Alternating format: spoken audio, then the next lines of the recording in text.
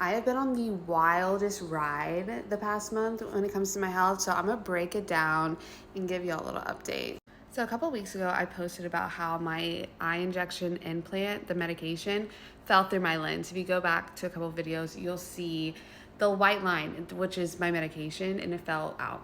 So I had to go to the doctor immediately the next day. They called me, I sent them a picture, and they're like, yeah, you got, we need you to come in immediately. Don't eat anything because you're probably going to need surgery. Like, that's not okay. Like, freaking out. So when I get there, they think that they're going to have to do surgery, but my doctor is also out of town. She's in Amsterdam. So I had to see a fellow, like a retina fellow. So it was a lot, but she's amazing. She's like, listen, we're going to try this thing. We're going to try called fishing. So basically, I had to lean my head back and move my eye around, and we were able to fish the implant back into my eye.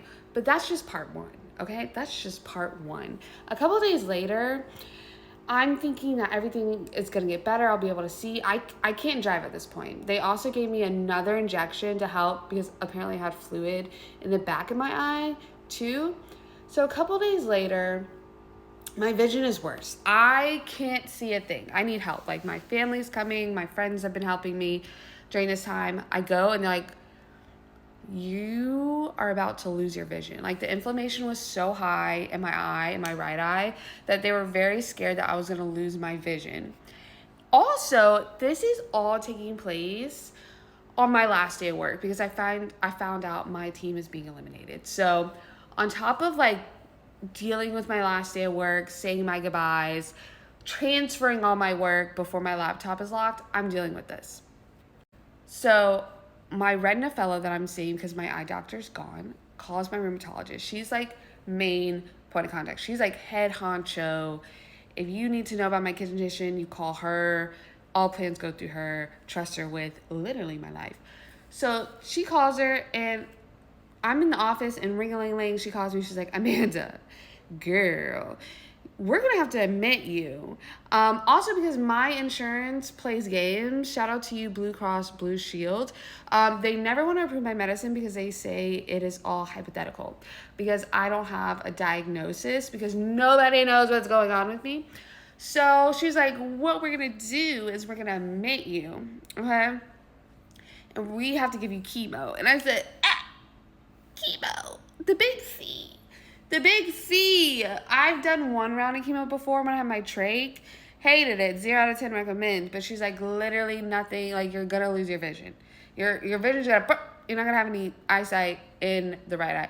Keep in mind, I can't see in this left eye. So, we can't see in this left eye because the lens shifted. Also, watch video on that. So, I had to be admitted to the hospital, get around to chemo. Right? We're thinking we're almost there. We're thinking we're almost done, but we're not. And they're like, oh, by the way, this is going to cause you infertility. And we need you to have it for 5 more months. So on top of that, we're going to hook you up with the reproductive center to see if you can get your eggs frozen. And I'm like, eggs frozen? That sounds very expensive. Also, if y'all don't know, I already have a son. I have a son who's 10. Okay, I had him when I was 20. Don't really have any interest in starting over. But I don't like not being in control and not having my own choices. So I said, okay, I'll look into it. So long story short, I'm able to get my eggs frozen, but I have to do it immediately before my next round of chemo, which is in 2 weeks. So I'm going to be sharing you the journey of me freezing my eggs. So I'm going through that, right? I'm also on 60 milligrams of prednisone at this point. Still can't see a thing in the hospital, da-da-da-da. And your girl's just been going through it. I've gained 10 pounds. It looks like more. My face, I look like the caterpillar from Bug's Life. But we're getting healthy. Thankfully, I don't have, like, the signs of chemo, like a lot of hair loss, fatigue, nausea, vomiting. I haven't had that. I think it's the prednisone, though, because your girl's eating. Your girl's eating, and we're tired. So I'm happy that I don't have any side effects. I can drive. I don't know about my vision, though.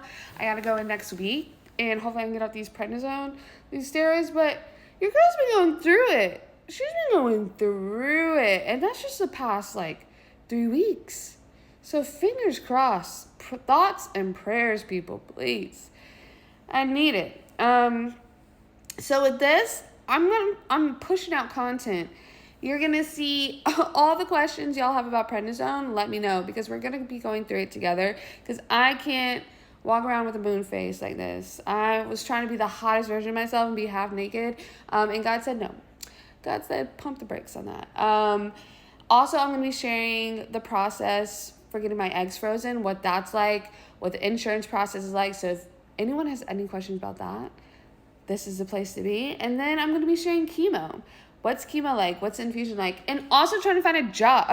I'm going to do all this while trying to find a job in this economy in tech. Everyone's being laid off in tech, myself included. So we're going to do all these things, trying to get a job. And I'm just going to share it. We're going to go through it together. Because if I can do it, y'all can do it. And we can do it together. So that's been going on with me. I hope y'all are doing better than I am.